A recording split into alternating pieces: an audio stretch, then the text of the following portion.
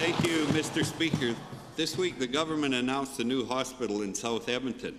This is great news for Edmonton and area residents, but I can provide many quotes from different ministers that have said they won't make any capital announcements without first having a business case, functional plan, design, and cost estimate. Exactly. So to the Minister of Infrastructure, do you have the business case, functional plan, design, and cost estimates for the new Edmonton Hospital as per your announcement? Thank you very much, Mr. Speaker, and thank you very much for the question. And the issue really is this. Do you announce a budget for a project without doing the work to decide what is the necessary services you're going to provide, what's the need going to be in the future, what are the approximate costs? All of those things should be done before you develop a budget for the process and announce prices. We haven't done that, Mr. Speaker. We've said there's going to be a new hospital. We've said that we're doing the analysis, working with Alberta Health Services on what the needs are, what the mix of services are going to be. We've picked a site, Mr. Speaker. We have not set a budget, unlike the previous government that announced prices before they... Thank you, Honourable Minister. First supplemental. Thank you, Mr. Speaker. Given that the government has not produced these documents or don't have them, and given that the Beaver Lodge Hospital has been the #1 capital project in AHS North Zone for several years, and they have done the business case, the functional plan, and the infrastructure minister said a few weeks ago the design was almost done. Yep.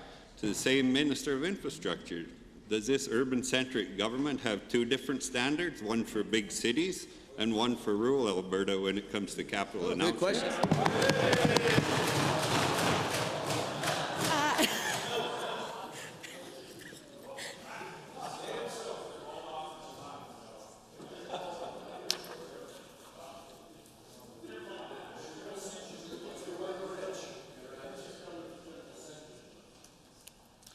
The Honourable Minister of Health. Thank you so much, Mr. Speaker, and to the member for the question, which highlights the fact that his government, even while he was Minister of Infrastructure, failed to build a hospital in a community that, he's right, had been identified for many years as in need of one. So I think it's pretty rich of you to say that we don't need one in Edmonton. We haven't had one in Edmonton since the 1980s, Mr. Speaker. Premier Getty was in office. That is a long time. The people of Alberta deserve better, and all parts of Alberta deserve to have the very best care, Mr. Speaker, and that's what they've got from this NDP government.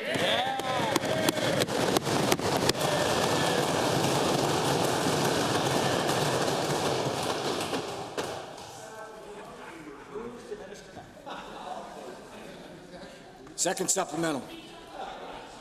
Thank you, Mr. Speaker. Given that in April 2016, the Minister of Infrastructure also criticized the former government for announcing the Grande Hospital and then designing it and said, now we will scope our projects before we make political announcements.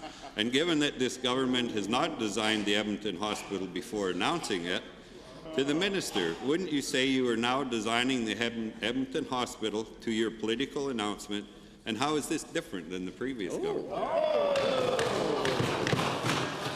Well, it is very much different than the previous government. And if you take the Prairie Hospital as an example, it was announced including a price, including a budget. That's what the former Premier announced in Grande Prairie. It turns out that the price was way more than was necessary, but the bureaucracy decided that they had to design the hospital to fit the political announcement that had been made by that government's Premier. And as a result, the shell of this hospital is quite a bit larger than it needs to be, and the costs are quite a bit higher than they needed to have been if that government had done its homework first, Mr. Speaker.